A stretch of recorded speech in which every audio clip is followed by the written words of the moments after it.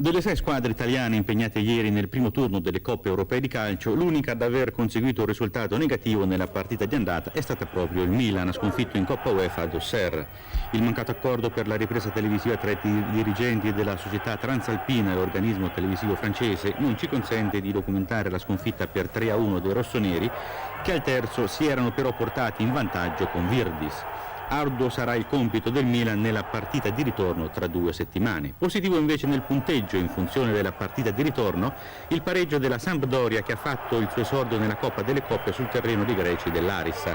Nonostante il caldo e un avversario scorbutico, i blucerchiati sono usciti imbattuti, recuperando il vantaggio dell'Arissa con una rete di Mancini di pregevole fattura. Questa è la rete dei greci, ora la rete del pareggio sampdoriano. La formazione di Bersellini ha avuto anche la possibilità di andare ancora in gol. Nel triplice confronto di ieri tra calcio italiano e greco, l'avversario più accreditato e temibile toccava al Torino, che per la Coppa UEFA ospitava il Panathinaikos. È stata una partita molto aspra, anche cattiva da parte dei greci, che hanno avuto numerosi ammoniti e l'espulsione dell'argentino Rocha a 10 minuti dalla conclusione.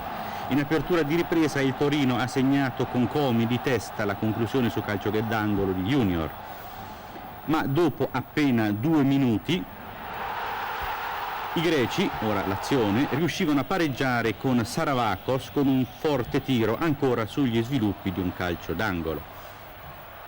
Il Torino ha dovuto quindi attendere sino a 3 minuti dal termine per ottenere il gol del successo, ancora sugli sviluppi di un calcio d'angolo di Junior, un palo colpito da Sabato nel batti e ribatti, Mavridis devia nella propria porta. 2-1 finale contro un avversario che nel ritorno sul proprio terreno si preannuncia ancora più aggressivo e pericoloso di quanto apparso ieri sera. Più agevole invece la trasferta greca tra 2 settimane per i campioni d'Italia del Verona, che al Bentegodi hanno superato il PAOK di Salonicco per 3-1, dopo aver però molto rischiato. Protagonista del successo dei veneti, il danese Elkjær Larsen, autore del gol del vantaggio dopo uno spunto sulla destra di Verza. Nella ripresa i greci hanno messo più volte in difficoltà in Verona e hanno colto il pareggio al 25esimo. Nella fase finale l'1-2 vincente del Verona, prima ancora con Elkjær al 40esimo, poi al 43esimo con una splendida conclusione al volo di Volpati.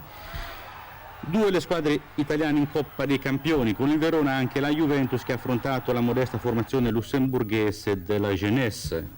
Solo una velleitaria opposizione per i dilettanti del Principato, i quali non hanno evitato la larga sconfitta. 5-0 finale per la Juve, con reti di Laudrup, Cabrini ed una autorete nel primo tempo ed una doppietta di Serena nella ripresa. Nel ritorno il vantaggio, il fatto di dover affrontare i lussemburghesi a porte chiuse senza pubblico, darà alla partita il clima di un allenamento. Altrettanto modesto l'avversario, altrettanta larga la vittoria per l'Inter, che a San Siro per la Coppa UEFA incontrava gli svizzeri del Sangallo. Anche qui 5 reti per i nerazzurri, autori Altobelli, Marangon, Mandorlini e Rummenigge nel primo tempo. Quindi ancora Rummenigge nella ripresa, dopo che il Sangallo con Pellegrini aveva segnato il gol della bandiera.